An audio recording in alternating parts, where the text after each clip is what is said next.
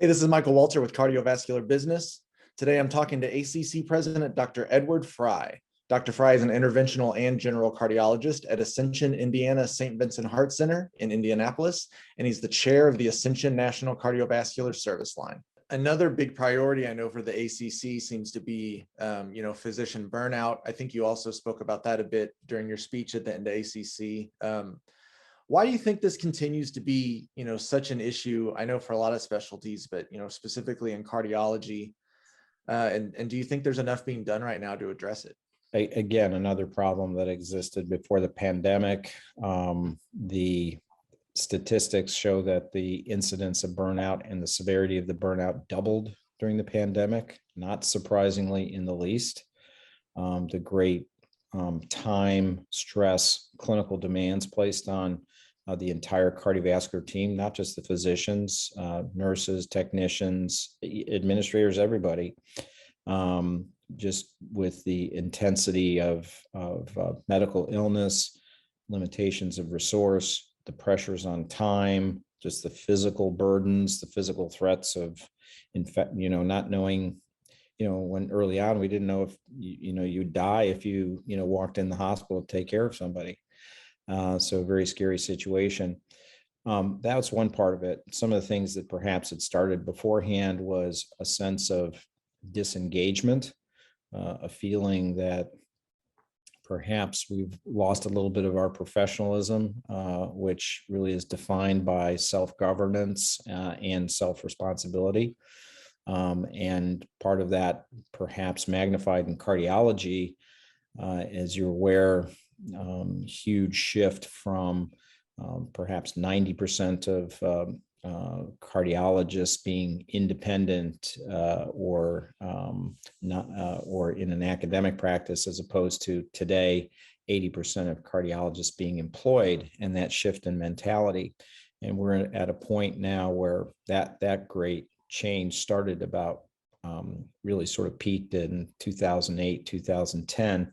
So we now have half a generation of cardiologists who've probably never experienced other than employment.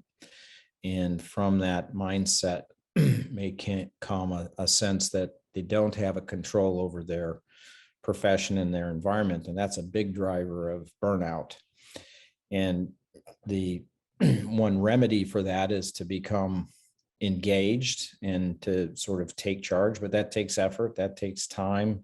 That sometimes becomes a paradox that in order to have more control, you have to, exert more effort, more time. But that's the definition of professionalism. And then the last piece is the personal resilience.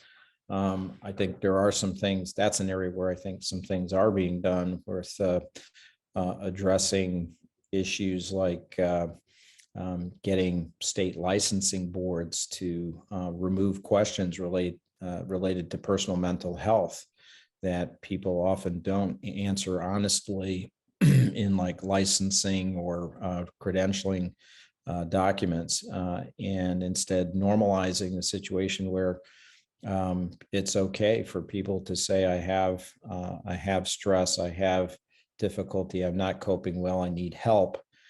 That's a much healthier environment than trying to, just put a veneer on something and cover it up. So there are, I think the college is doing things to address these problems. That last example, say through advocacy, other examples about giving people tools to be engaged effectively, leadership at every level of an organization, in addition to just the recognition piece. Chair yoga and sort of cappuccino bar is not the solution to these problems. Do you think leadership is kind of a pivotal piece in that?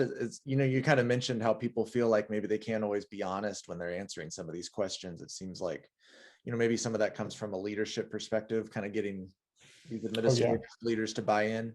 Yeah. Oh, yeah, absolutely. I mean, I think sort of the stiff upper lip, the expectation of the stiff upper lip and, don't admit any, perceived weakness. That very much comes from examples of leadership, and leaders have great opportunity to correct that and create a culture and an environment where it's okay to think about that. Yeah, thank you very much. All right, thank you.